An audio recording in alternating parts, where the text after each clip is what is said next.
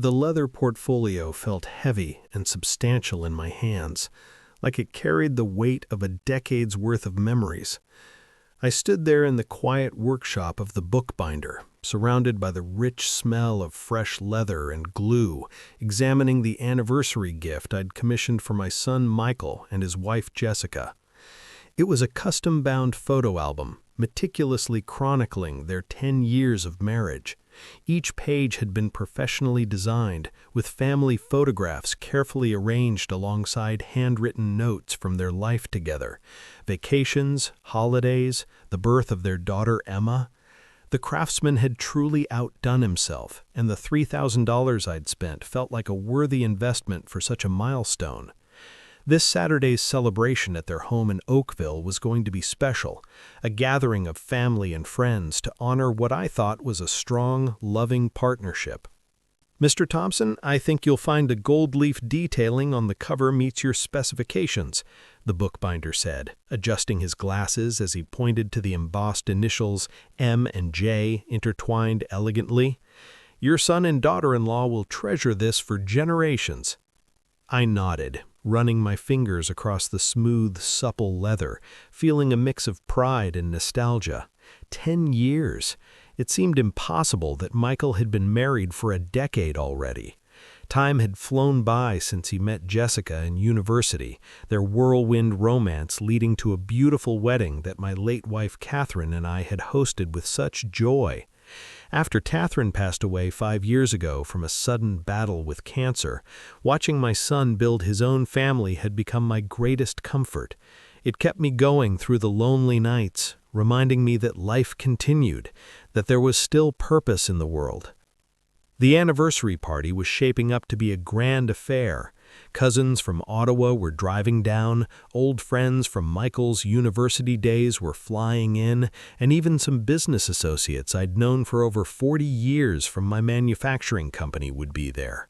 It was going to be a reunion of sorts, filled with laughter, toasts, and stories from the past. As I stood there admiring the album, my phone chimed with an email notification, breaking the serene moment.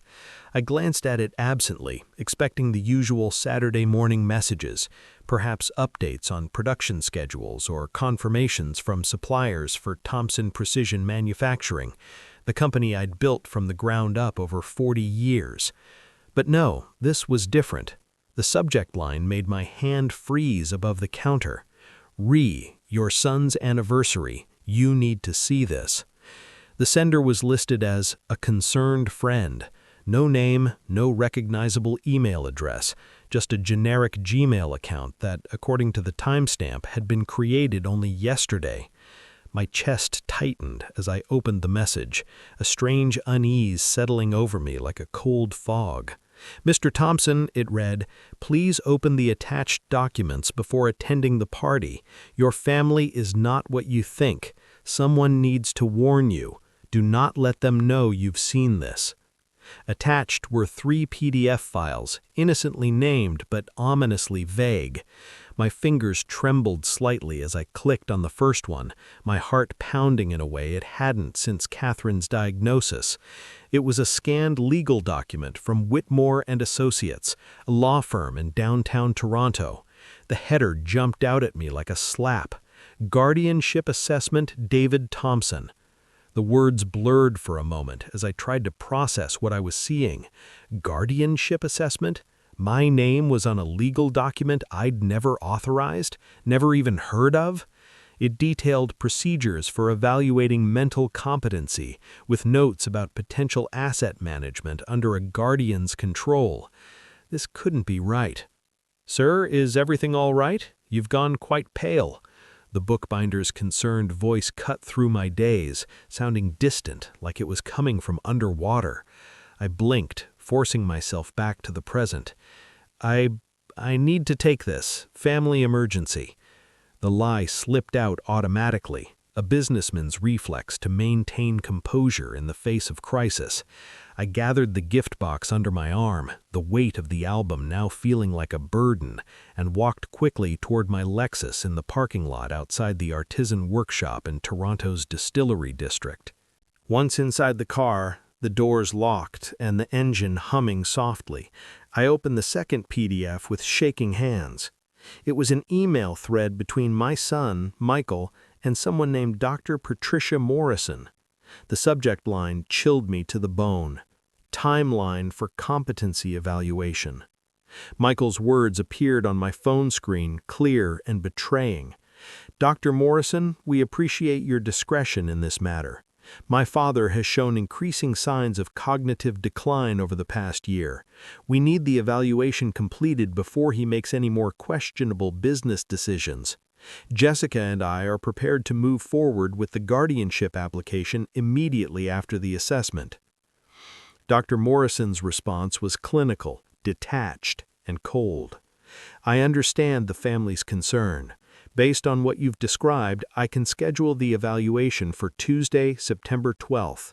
My report will be thorough and will support the necessary legal proceedings.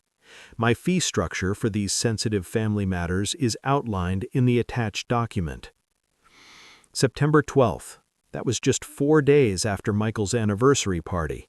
4 days after what was supposed to be a joyful family celebration filled with love and gratitude. My mind raced, piecing together the timeline.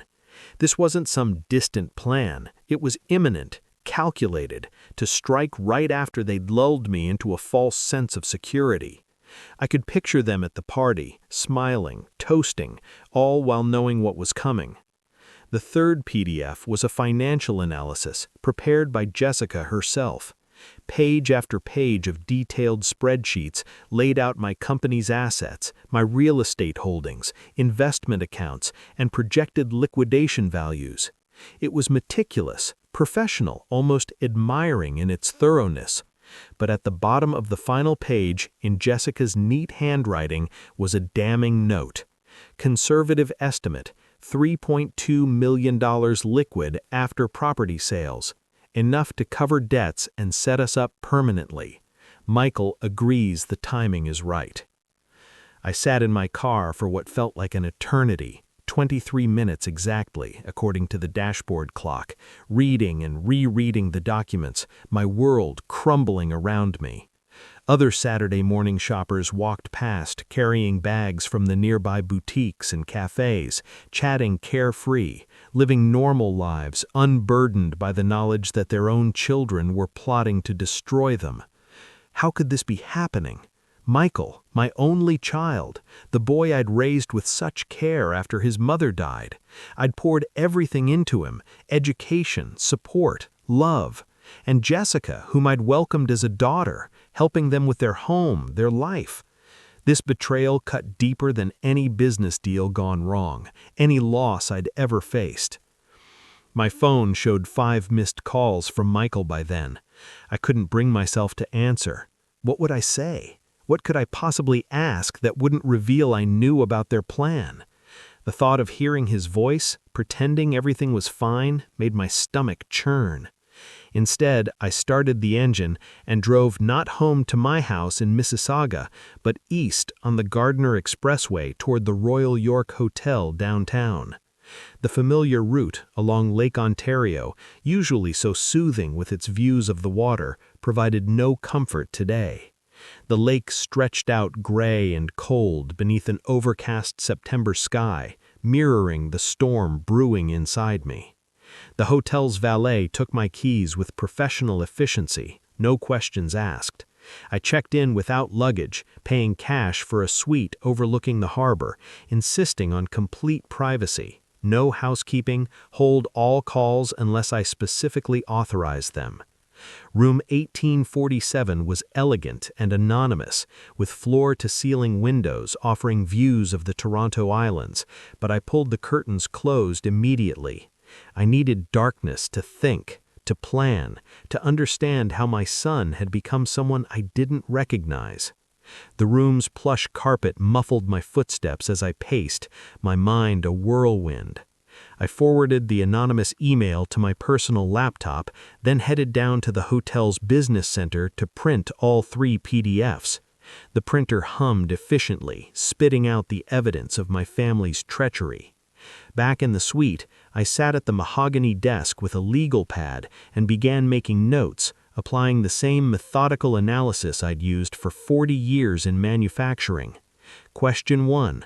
Who sent this warning? Who had access to these documents and cared enough to risk exposing the conspiracy? It had to be someone close, perhaps an assistant at the law firm or a friend who'd overheard something. Question 2. How long had Michael and Jessica been planning this? The emails dated back over 3 months with references to earlier discussions. This wasn't impulsive, it was calculated, premeditated, like a hostile takeover in the boardroom. They'd been building their case against me while smiling to my face at family dinners. Question 3. What was Jessica's debt situation? She'd mentioned covering debts in her notes. What had she gotten herself into? I knew she'd always been ambitious, pushing Michael to take risks, but this suggested desperation. As I jotted down my thoughts, the room felt smaller, the air thicker. My life, which had seemed so stable, was now a house of cards collapsing. My phone rang at 4:47 p.m.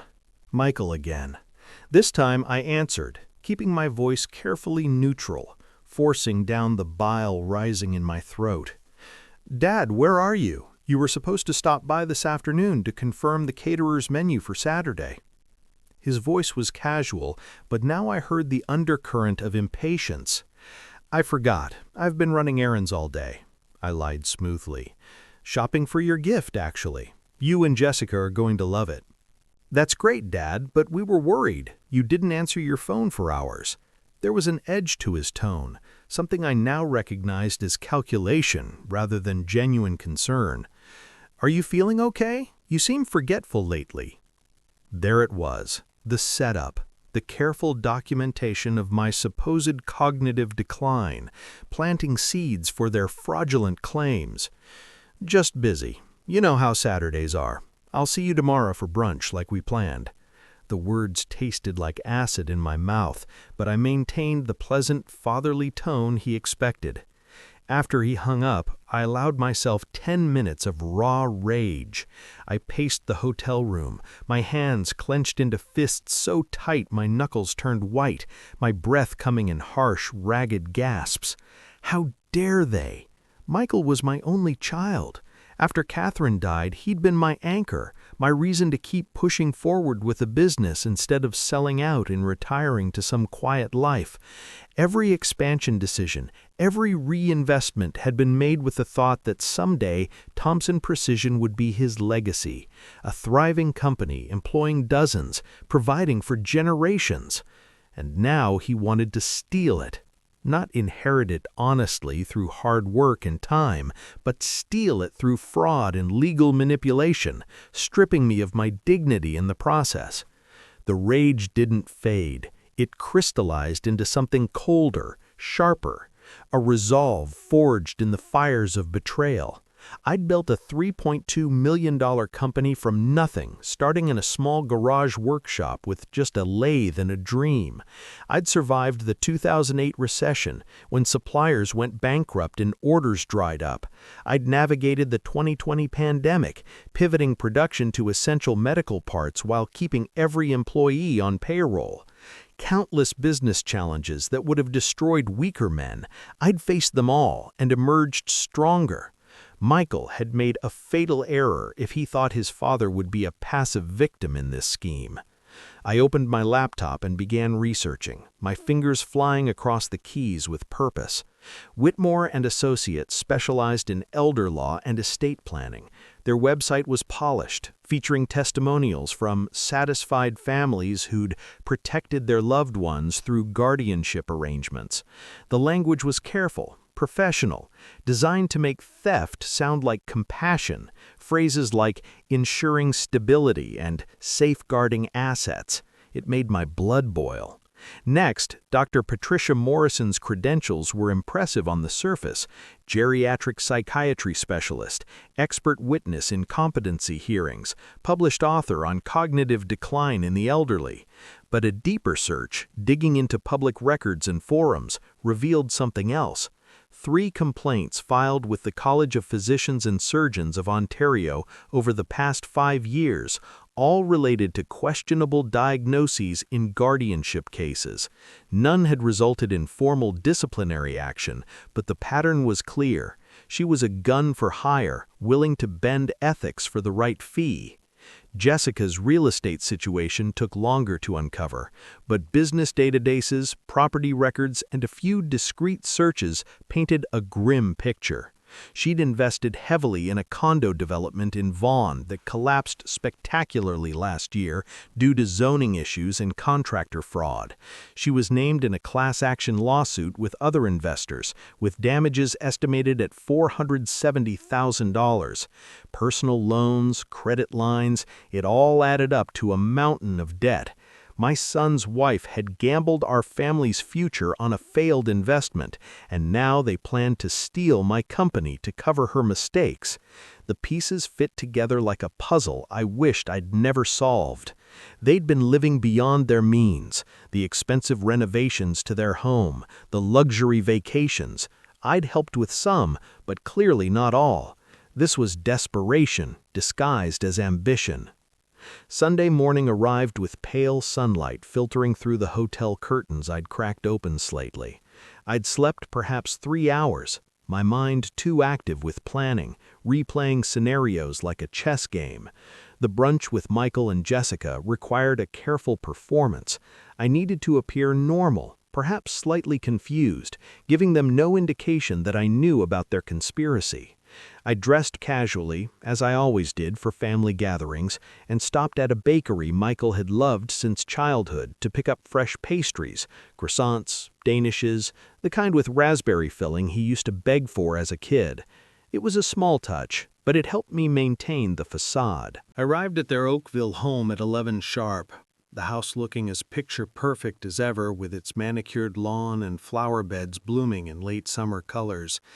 Financed partly by loans I'd co-signed and gifts I'd provided over the years, now I saw it with new eyes.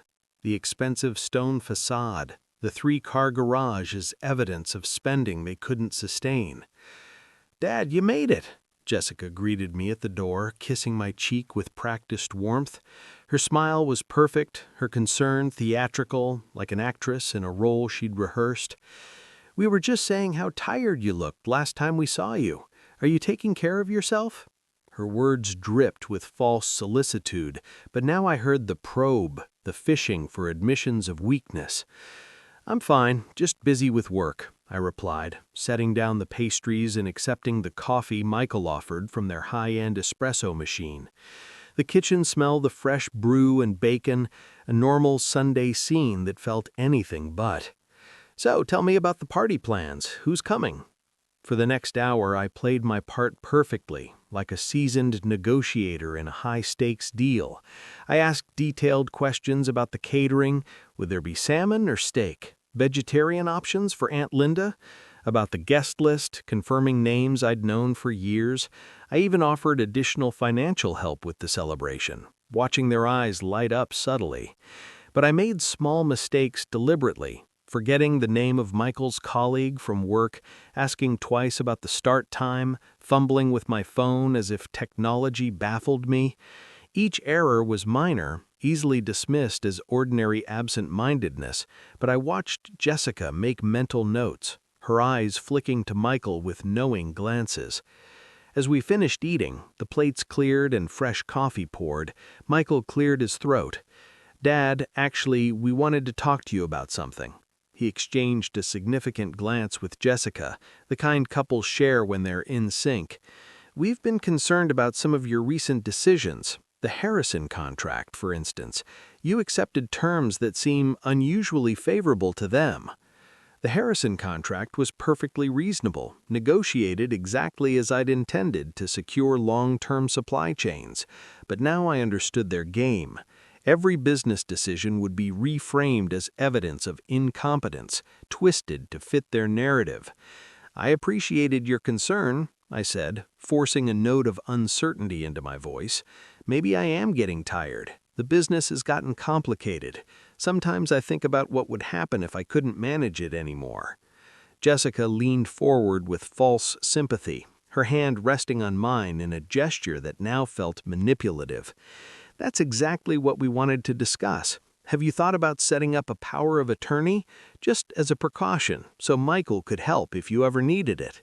Her eyes were wide, innocent, but I saw the calculation behind them. "Not yet, but perhaps I should."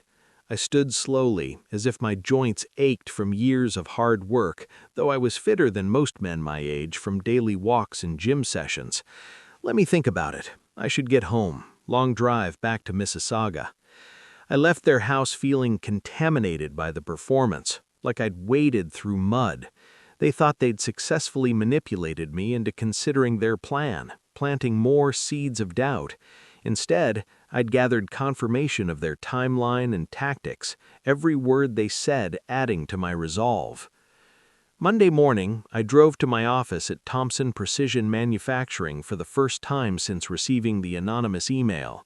The facility occupied 2 sturdy buildings in an industrial park west of Toronto, with the hum of machinery and the scent of metal shavings greeting me as I walked in. It employed 47 loyal people who'd trusted me to make sound decisions for nearly 32 years, through booms and busts. My assistant, Margaret, a reliable woman who'd been with me for 15 years, looked surprised to see me. "Mr. Thompson, I thought you were taking the week off before Michael's party." "Change of plans," I said, keeping my tone even. "Could you clear my calendar this week? I have some sensitive legal matters to handle. And Margaret, I need you to pull every document related to company ownership structure, shareholder agreements, and succession planning, discreetly." By noon, my desk was covered with stacks of incorporation papers, shareholder agreements, and the succession plan I'd drafted 5 years ago, leaving everything to Michael upon my retirement or passing. I spent 3 hours reviewing every clause, every contingency, every legal protection I'd built into the company structure over the years. Clauses for buyouts, voting rights, asset protections. It was like revisiting old battles won. Then I called Lawrence Chen, the business attorney who'd helped me incorporate Thompson Precision back in 1994. Lawrence was 73 now, semi-retired, but he answered on the second ring, his voice as sharp as ever. "David, good to hear from you. What can I do for you?" "I need to completely revise my estate plan, my power of attorney documents, and my business succession strategy. I need it done by Friday. And Lawrence, this needs to stay absolutely confidential." His pause was brief but telling, the silence heavy with unspoken questions. "This sounds serious. Should I know what's prompted this?" "Let's just say I've received some concerning information about my family's intentions." We met that afternoon in his office tower downtown, the city skyline sprawling behind him through the glass walls. I showed him the printed PDFs, watching his expression shift from professional curiosity to confusion, then to outright anger as he read through the evidence page by page, his brow furrowing deeper. "David, this is guardianship fraud. It's criminal. You could report this to the police right now." His voice was firm, indignant on my behalf. "I could," I replied, leaning back in the leather chair, "but I want something more permanent. I want to ensure they can never try this again, with me or anyone else." I leaned forward, my eyes locking on his. "What I need from you is a comprehensive legal strategy that protects my assets, protects the company, and exposes exactly what they tried to do." Lawrence Chen smiled grimly, setting the papers down. "Then we have a lot of work to do. Let's start by documenting your complete mental competency. We'll need current medical evaluations from multiple independent physicians, cognitive assessments, financial decision-making capacity tests, everything that will make their fraudulent claims impossible to sustain." Over the next 3 days, Lawrence orchestrated a comprehensive legal defense with the precision of a conductor leading an orchestra. Tuesday morning, I underwent extensive cognitive testing with 3 different specialists, neurologists and psychologists unaffiliated with anyone in my family circle. They put me through batteries of tests, memory recalls, problem-solving puzzles, financial simulations, All of them documented my complete mental competency, with reports stating I was sharper than average for my age, capable of running a multi-million-dollar business without issue. Tuesday afternoon, we revised my will completely. No longer would everything go to Michael. Instead, I established a charitable foundation dedicated to cancer research in Catherine's memory, which would receive 70% of my estate. The remaining 30% was divided between specific bequests to loyal employees like Margaret, who'd stood by me through thick and thin, and a trust fund for my granddaughter, Emma, Michael and Jessica's 8-year-old daughter. Michael received nothing. The document explicitly stated that any attempt to challenge my mental competency would result in permanent disinheritance and pursuit of criminal prosecution for fraud. Wednesday, I met with a forensic accountant Lawrence recommended, a sharp-eyed woman who analyzed Jessica's financial situation in detail. We pored over public records, credit reports, and lawsuit filings. The picture was worse than I'd imagined. Beyond the $470,000 condo lawsuit, she'd taken out personal loans totaling $200,000, all secured against their home's equity without my knowledge. High-interest credit cards, luxury purchases. It was a spiral of debt. They were drowning, which explained the desperate timeline in their emails. Michael had been complicit, signing off on everything, his consulting job not enough to cover the shortfall. It was a house built on sand, and they planned to bury me to save themselves. Thursday, Lawrence helped me draft a sworn affidavit documenting the entire conspiracy. We included copies of the emails between Michael and Dr. Morrison, Jessica's financial spreadsheets with her handwritten notes, and evidence of Dr. Morrison's questionable professional history, those complaints, redacted case files from public records. Everything was notarized, dated, and prepared for legal action, sealed in envelopes, ready to be filed. It felt like arming myself for battle, each document a weapon in my arsenal. Friday afternoon, as I reviewed the final documents in Lawrence's office, the sun slanting through the windows, my phone rang. The call display showed Michael's number. "Dad, just confirming you'll be at the house tomorrow by 2 for photos before guests arrive at 4. "I'll be there. Looking forward to celebrating with you both." My voice was steady, betraying nothing. After hanging up, Lawrence looked at me with something like pity in his eyes. "David, are you certain about tomorrow? This will be devastating for your son. There may be no coming back from this kind of public exposure." I'd thought about nothing else for 6 days, turning it over in my mind like a complex engineering problem. "I've thought about nothing else," I said, my voice steady, despite the ache in my chest that felt like a physical wound. Michael made his choice when he decided to steal from me rather than earn his inheritance honestly. He needs to face consequences. Lawrence nodded, understanding the finality. That evening, I stood in my empty house in Mississauga, surrounded by photographs lining the walls and shelves, Michael's childhood snapshots, him in Little League uniform, his high school graduation where he gave a speech thanking me and Catherine, his wedding day with Jessica beaming beside him.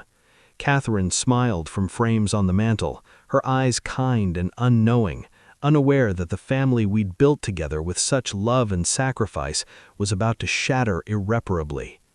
I poured a whiskey, Catherine's favorite Glenfiddich, the smoky aroma filling the room, and sat in the darkness, the only light from a single lamp. I thought about what tomorrow would bring, the anniversary party with 40 guests, including Michael's business associates, Jessica's extended family, friends who'd known us for years. They would all witness the revelation, the unmasking. Part of me wanted to find another way, a private confrontation in a quiet room, words exchanged without an audience, perhaps giving them a chance to repent and back down. But Lawrence was clear. Public exposure was the only way to ensure they couldn't simply try again later with a more carefully hidden plan. The witnesses, the documentation, the undeniable proof presented in front of people who mattered to them socially and professionally, that was the ironclad protection I needed.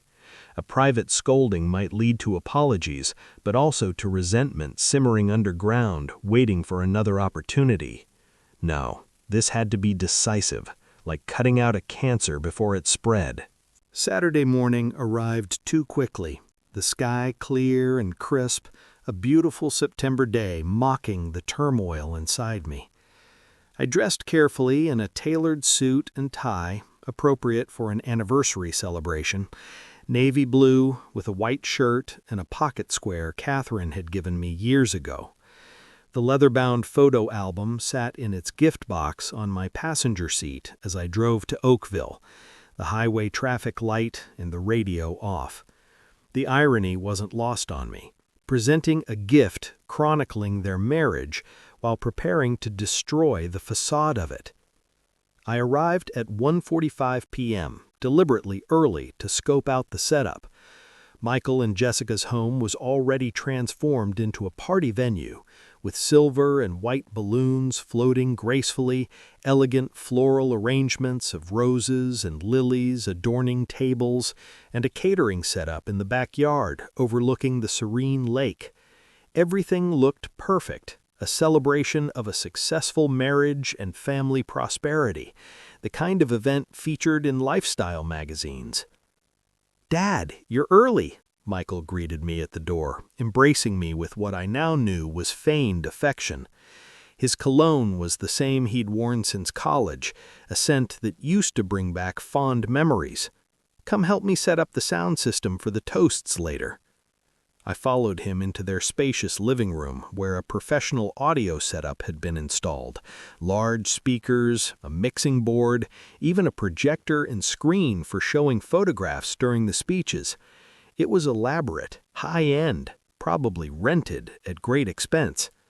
"This is quite the setup," I said, examining the equipment with growing certainty that it would serve my purpose perfectly.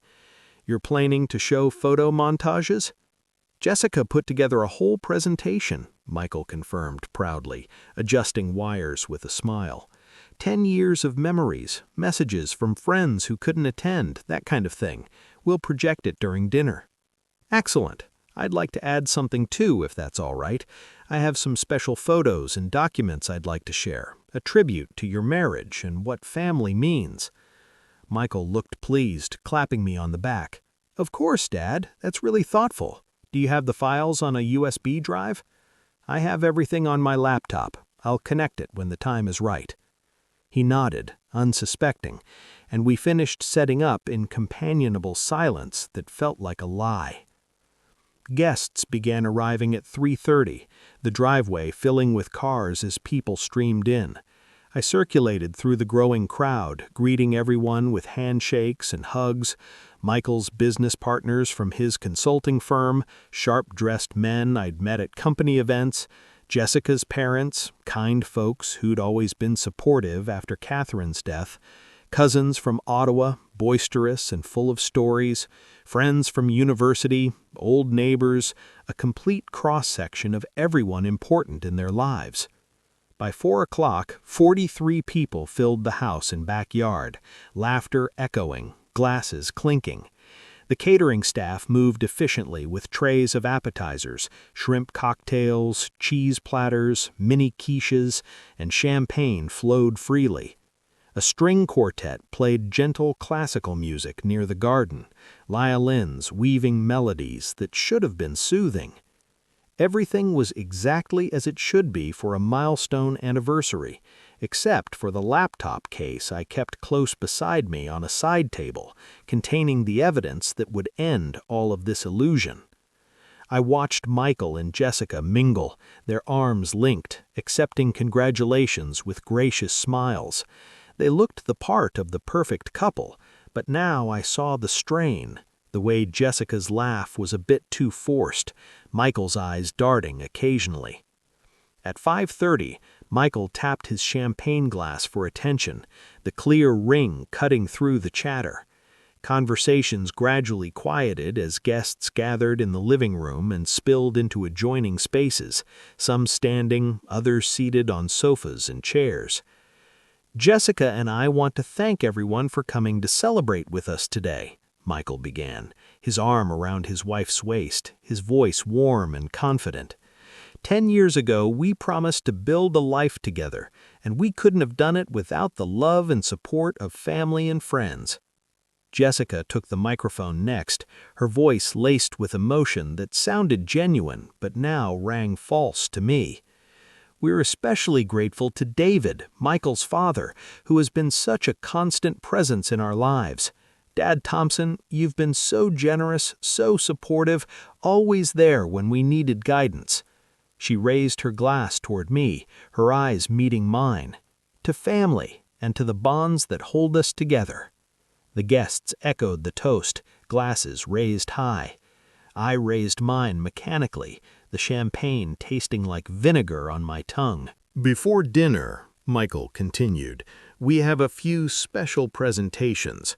Jessica put together a photo montage, and Dad has something he'd like to share as well.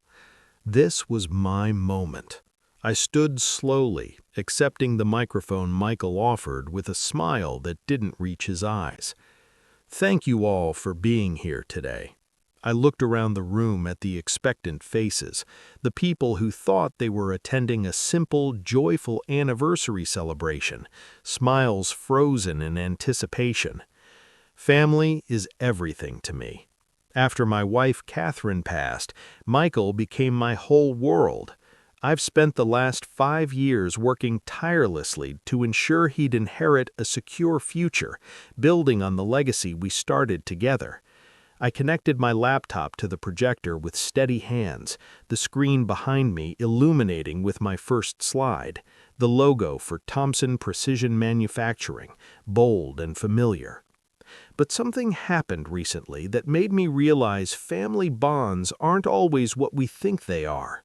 I clicked to the next slide. It was the scanned legal document from Whitmore and Associates, Preliminary Guardianship Assessment, David Thompson. A murmur rippled through the room as people leaned forward, squinting to read. The room had gone completely silent, the quartet stopping mid-note at a signal from someone. Michael's face drained of color, his glass slipping slightly in his hand. Jessica gripped his arm, her champagne glass trembling visibly. This document was prepared by a lawyer my son and daughter-in-law consulted 3 months ago, I said, my voice calm and measured, letting the words sink in like stones in a pond. It's an application to declare me mentally incompetent and place me under guardianship. Not because I'm actually incompetent, but because they want control of my assets to sell off the company I've built and use the proceeds for themselves. Dad, what are you— Michael tried to interrupt, his voice cracking, but I spoke over him, the microphone amplifying my words. Please let me finish. Everyone deserves to know what kind of people you're celebrating today. I advanced to the next slide. Michael's email to Dr. Morrison appeared on screen, his words about my supposed cognitive decline and questionable business decisions visible to everyone in the room, enlarged for clarity. My son hired a doctor with a history of fraudulent diagnoses to evaluate me. He scheduled this assessment 4 days after today's party. The plan was to have me declared incompetent, take control of my company, and liquidate everything to cover debts his wife accumulated in a failed real estate scheme.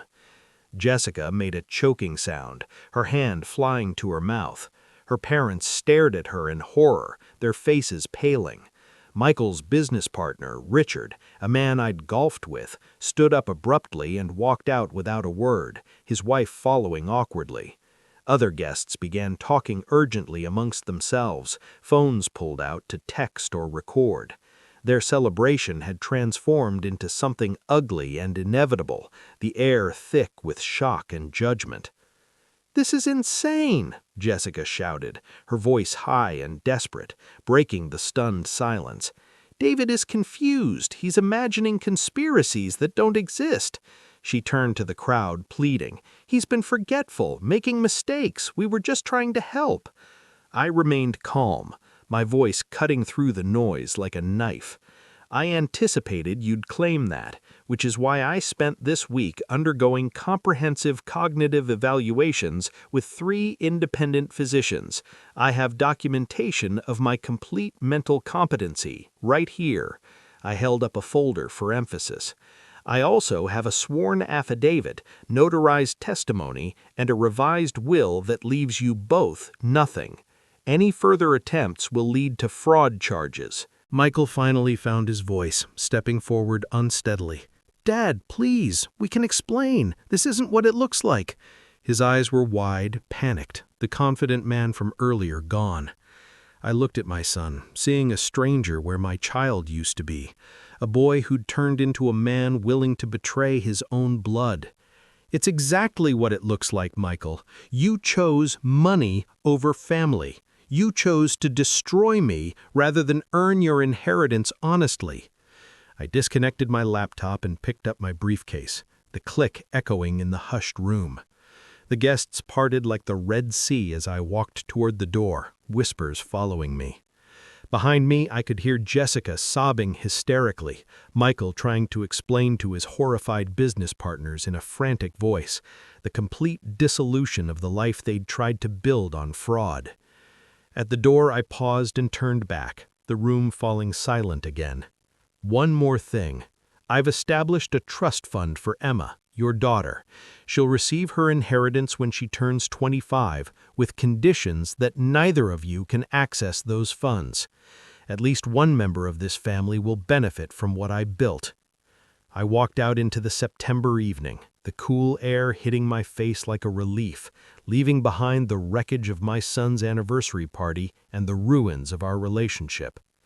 The drive back to Mississauga took 40 minutes through early evening traffic, the sun setting in a blaze of orange over the lake. I kept the radio off, driving in silence, processing what I'd done, the exposure, the finality. It was necessary, but it hollowed me out. Lawrence Chen called as I pulled into my driveway, the house lights automatic and welcoming. "David, it's done. How did it go?" "Everyone knows what they tried to do. The evidence is witnessed by 40 people who matter in their professional and social circles. There's no recovering from this." "Good. I'll file the supporting documents with the court on Monday morning. If they tried to pursue guardianship proceedings anyway, we'll have them charged with fraud." "Thank you, Lawrence, for everything." Inside my empty house, I poured another whiskey and sat in Catherine's favorite chair, the one she'd always preferred for reading by the window, her books still on the side table. The house felt larger than usual, echoing with absence, the silence deafening. My phone buzzed with messages throughout the evening, Michael calling repeatedly, his voicemails progressing from angry accusations to pleading apologies to desperate sobs. Jessica's texts claiming I'd misunderstood everything, that they only wanted to help, begging for a meeting. I deleted them all without responding, each one a reminder of their duplicity. At midnight there was a knock on my door, sharp and insistent. Through the window I saw Michael standing on my porch, his face ravaged by tears, illuminated by the porch light. He looked broken, his shoulders slumped. I opened the door but didn't invite him inside, standing firm in the threshold. "Dad, please," he said, his voice hoarse. "We made a mistake. Jessica was desperate and I don't know what I thought, but we never would have actually gone through with it. We just needed help with the debts." His eyes searched mine, pleading for the fatherly forgiveness he'd always received. "You hired a corrupt doctor. You prepared legal documents. You had a timeline." I kept my voice flat, emotionless, though my heart ached. "That's not thinking about it, Michael. That's execution of a plan. I'm your son. Doesn't that mean anything?" The words hit like a punch, echoing all the years of love and sacrifice. "It meant everything," I replied, my throat tight, "which is why this hurts more than any business failure ever could." I started to close the door, the wood creaking slightly. "You chose to betray that relationship. Now you live with the consequences." "Dad, wait!" But I closed the door gently but firmly. Through the wood I could hear him crying, the sound of my grown son reduced to helpless sobs wrenching at me. Part of me wanted to relent, to open the door and find some path toward forgiveness and reconciliation, a family mended, wounds healed over time. But Lawrence's words echoed in my mind. Public exposure was the only protection. If I showed weakness now, they might try again, more carefully hidden next time. Better a clean break, devastating and complete, than years of wondering if my own child was plotting against me, looking over my shoulder in paranoia. 3 weeks later, I sat in Lawrence's office reviewing the final legal documents, the city bustling below us. The new will was executed, the charitable foundation established with initial funding already transferred, the trust fund for Emma secured beyond her parents' reach, invested in stable bonds and stocks. Thompson Precision Manufacturing's ownership structure was revised to include employee stock options and prevent any hostile takeover attempts, ensuring the company's future in capable hands. "You've protected yourself completely," Lawrence said, closing the file folder with a snap. "Michael and Jessica can't touch your assets now, not through guardianship, fraud, or any other means." I nodded, feeling no satisfaction in the achievement, just a numb acceptance. "Have you heard anything from them?" Lawrence asked gently. Michael's business partners forced him to resign. The firm couldn't retain someone implicated in elder fraud, even without criminal charges.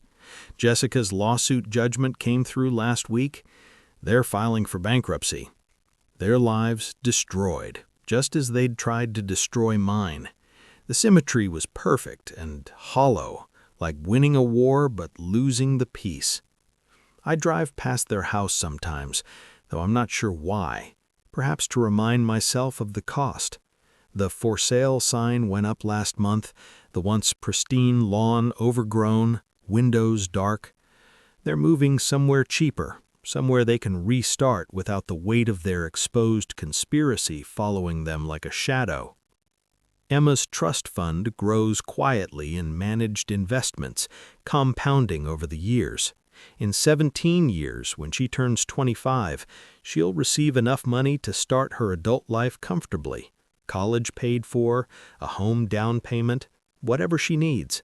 Along with it, a letter I've written, explaining what her parents tried to do and why. I made the choices I did, the betrayal, the exposure, the protection. Maybe she'll understand, seeing it as a grandfather's tough love. Maybe she'll hate me for destroying her family, viewing me as the villain in her story. Only time will tell. Thompson Precision Manufacturing continues to thrive under my guidance. I've trained new leadership, young engineers fresh from university, full of ideas and energy, who remind me of myself 40 years ago tinkering in that garage. Eventually, the company will pass to them, to people who earned it through dedication rather than tried to steal it through deceit. Late at night, when the house is particularly quiet, the ticking of the clock the only sound, I sometimes wonder if there was another way. Could I have confronted Michael privately, sat him down and laid out the evidence, given him a chance to stop before executing their plan? Could mercy have achieved what vengeance did, protection without total destruction? But then I remembered Dr. Morrison's emails, cold and complicit, Jessica's spreadsheets calculating my worth like I was a commodity to be liquidated, Michael's casual discussion of my supposed incompetence, as if I were a problem to be managed rather than a father to be honored. They weren't just considering stealing from me, they were actively doing it. Steps taken, commitments made. The only thing that stopped them was being caught, the anonymous email derailing their train. I saved myself from destruction, protected everything I'd built with sweat and sacrifice, and ensured they could never victimize anyone else the same way. Those are victories worth celebrating, even if they feel as empty as I expected, hollow triumphs in a quiet house. If you enjoyed this story, please like this video, subscribe to Velvet Vengeance, and share your thoughts in the comments.